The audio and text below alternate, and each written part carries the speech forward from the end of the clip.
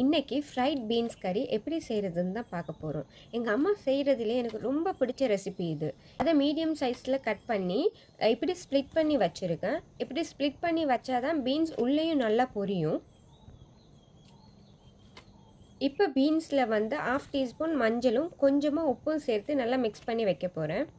இப்போ சட்டியில் எண்ணெய் சேர்த்து எண்ணெய் நல்லா சூடானதும் பீன்ஸ் எல்லாத்தையும் பொரிச்சு எடுத்துக்க போகிறேன். 150 கிராம் வெங்காயம் வெட்டி வச்சுருக்கேன். கொஞ்சமாக கருவேப்பிலை, 2 துண்டு ரம்பை, 2 பச்சை மிளகாய் பொரிச்சு எடுத்துக்க போகிறேன். ஸ்டவ் ஆன் பண்ண முதல் பால் மசாலா எல்லாம் சேர்த்துக்கலாம். அதுக்கு 1 கப் கெட்டியான தேங்காய் பால் எடுத்திருக்கேன்.